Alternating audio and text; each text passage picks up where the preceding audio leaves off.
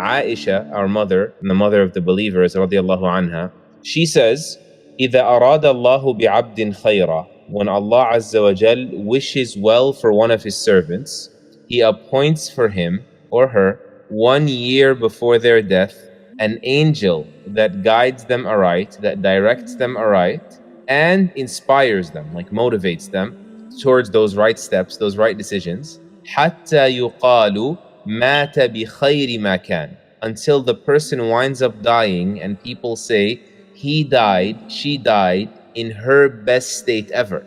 And that person, as they're dying, they are shown their reward, and so their soul, their spirit becomes anxious because they see this great reward. When they see their reward as they're dying, as the angel of death is there and they see their reward, their soul gets anxious, and that is the moment, she says, when a person loves to meet Allah, and so Allah loves to meet them.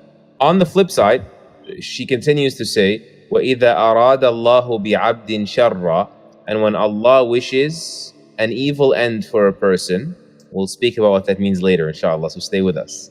Why would Allah do that, subhanahu wa ta'ala? When Allah wishes evil for a person, He appoints for him, He unleashes on him or her a shaitan, a demon, a devil, 1 year before their death, a devil, and so that devil misguides them, confuses them, وَفَتَنَهُ, and tempts them, meaning in the wrong directions. حَتَّى يُقَالُ مَاتَ بِشَرِّ مَا كَانَ, until it is said, when that person ultimately dies a year later, this person died at their worst state ever. As that person is dying, when they see the punishment that awaits them, فَزِعَتْ نَفْسُهُ, their soul panics, it becomes frantic and tries to hide. As we know from other ahadith, and that is when a person hates to meet Allah, and so Allah Azza wa Jal hates to meet them. This hadith, I'm sure, has moved you, especially if it was the first time you hearing it. I remember the first time I heard this hadith.